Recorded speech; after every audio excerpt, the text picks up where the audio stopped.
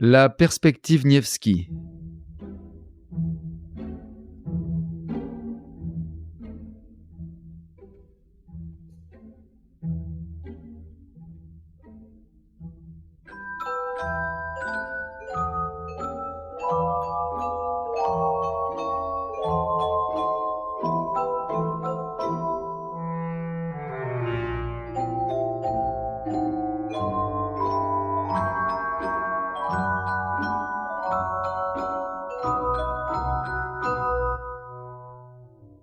Une nouvelle de Nikolaï Vassilievitch Gogol. Une production de la Compagnie du Savoir. Interprétation de Patrick Blandin. Réalisation de Patrick Martinez-Bourna.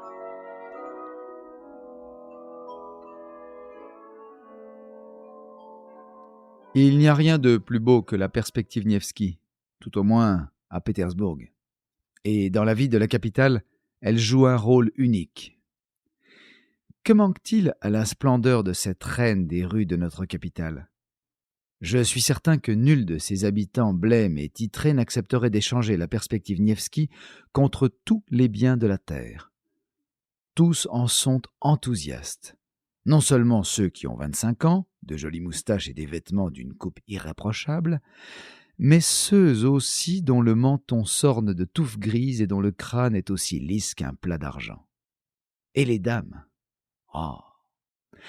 Quant aux dames, la perspective Niewski leur offre encore plus d'agréments. Mais à qui d'autre n'en offre-t-elle pas ? À peine se trouve-t-on dans cette rue qu'on se sent aussitôt disposé à la flânerie. Si même vous avez quelque affaire sérieuse et urgente, dès que vous mettez le pied dans la perspective, vous oubliez immanquablement vos préoccupations. C'est le seul endroit où les gens se rendent non pas uniquement par nécessité, poussés par le besoin ou guidés par cet intérêt mercantile qui gouverne tout Pétersbourg.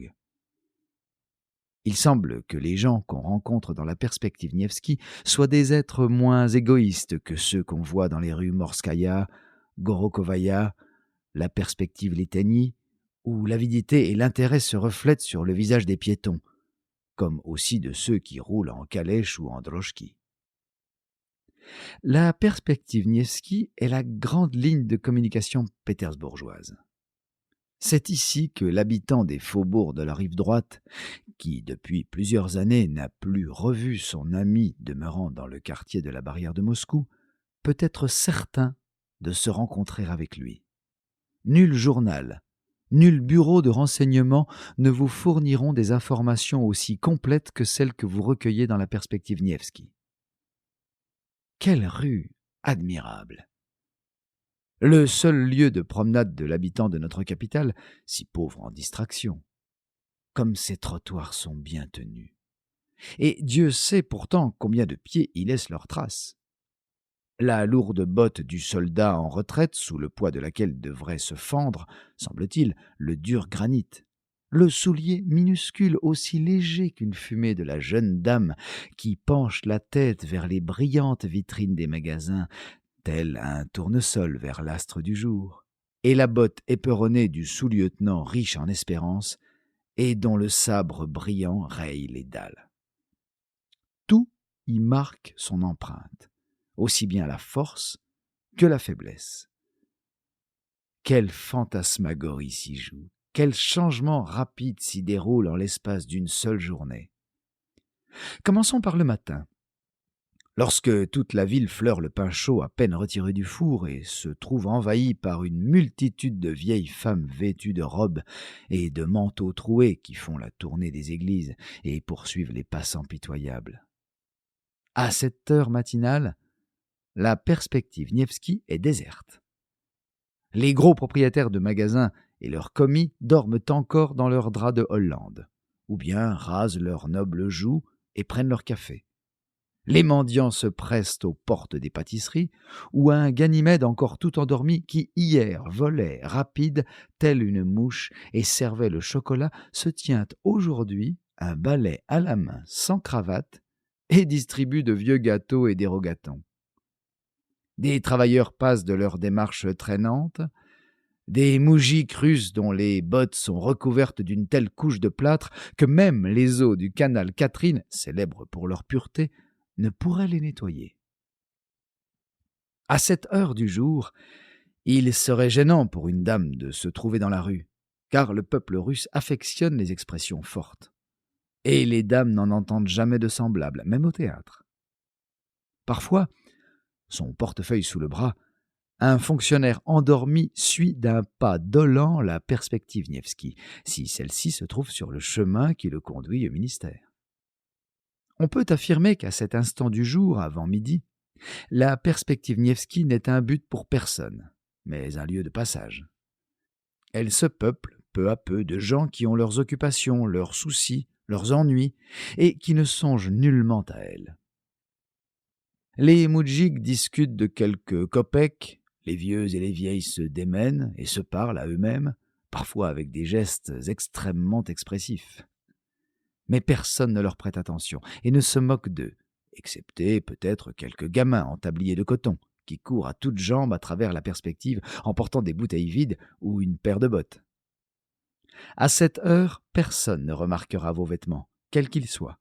Vous pouvez porter une casquette au lieu de chapeau, votre col peut dépasser votre cravate, cela n'a aucune importance. À midi, la perspective Nevsky est envahie par des précepteurs appartenant à toutes les nations et leurs pupilles au col de Baptiste rabattu. Les John anglais et les Jean et Pierre français se promènent bras dessus, bras dessous avec les jeunes gens confiés à leurs soins et leur expliquent avec un grand sérieux que les enseignes se placent au-dessus des devantures des magasins afin que l'on sache ce qui se vend dans ces mêmes magasins. Les gouvernantes, pâles Miss et françaises roses, suivent d'une démarche majestueuse des fillettes délurées et fluettes en leur recommandant de lever l'épaule gauche et de se tenir plus droite. Bref, à cette heure de la journée, la perspective Nevsky est un lieu de promenade pédagogique. Puis, à mesure qu'on approche de 2 heures, les gouvernantes, les précepteurs et leurs élèves se dispersent et cèdent la place aux tendres pères de ces derniers qui se promènent en donnant le bras à leurs épouses, pâles et nerveuses, vêtues de robes multicolores et brillantes. Peu à peu viennent se joindre à eux tous ceux qui ont terminé leurs occupations domestiques, plus ou moins sérieuses. Les uns ont causé avec leur docteur du temps qu'il faisait, ou d'un petit bouton apparu sur leur nez. Les autres ont pris des nouvelles de la santé de leurs chevaux, ainsi que de celles de leurs enfants qui font montre de très grandes aptitudes.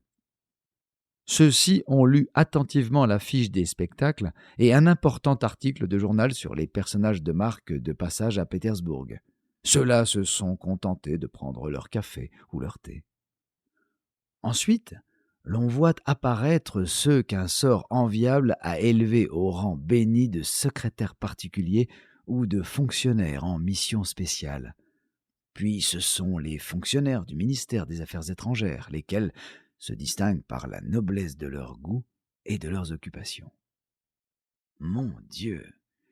Que de belles fonctions, que de beaux emplois il existe de par le monde, et comme ils ennoblissent et ravissent l'âme. Mais moi je ne suis pas fonctionnaire, hélas. Je suis privé du plaisir de connaître l'amabilité de mes chefs. Tous ceux que vous rencontrez alors, perspective Nevsky, vous enchantent par leur élégance. Les hommes portent de longues redingotes et se promènent les mains dans les poches. Les femmes sont vêtues de manteaux de satin rose, blanc ou bleu pâle et portent de splendides chapeaux. C'est ici que vous pourrez admirer des favoris extraordinaires, des favoris uniques au monde qu'avec un art étonnant on fait passer par-dessous la cravate, des favoris noirs et brillants comme le charbon ou la martre zibeline. Mais ceux-ci, hélas, n'appartiennent qu'aux seuls fonctionnaires du ministère des Affaires étrangères. Quant aux fonctionnaires des autres administrations, la Providence ne leur a accordé à leur grand dépit que des favoris roux. Vous pourrez rencontrer ici d'admirables moustaches que nulle plume, nul pinceau ne sont capables de reproduire, des moustaches auxquelles leur propriétaire consacre la meilleure partie de son existence, et qui sont l'objet de tous ces soins au cours de longues séances, des moustaches arrosées de parfums exquis et enduites de rares pommades, des moustaches qu'on enveloppe pour la nuit de papier de soie, des moustaches qui manifestent les tendres soucis de leurs possesseurs et que jalousent les passants. La multitude des chapeaux, des fichus, des robes, auxquelles les dames demeurent fidèles, parfois même 2 jours de suite, est capable d'éblouir qui que ce soit Perspektivniewski. Il semble que toute une nuée de papillons s'élève de terre et volette autour de la foule des noirs scarabées du sexe fort. Vous admirerez ici des tailles d'une finesse exquise, comme vous n'en avez jamais rêvé, des tailles minces, déliées, des tailles plus étroites que le col d'une bouteille. Nous espérons que vous avez apprécié cet aperçu. Pour continuer à écouter ce livre audio sur Google Play Livres, utilisez le lien dans la description de la vidéo.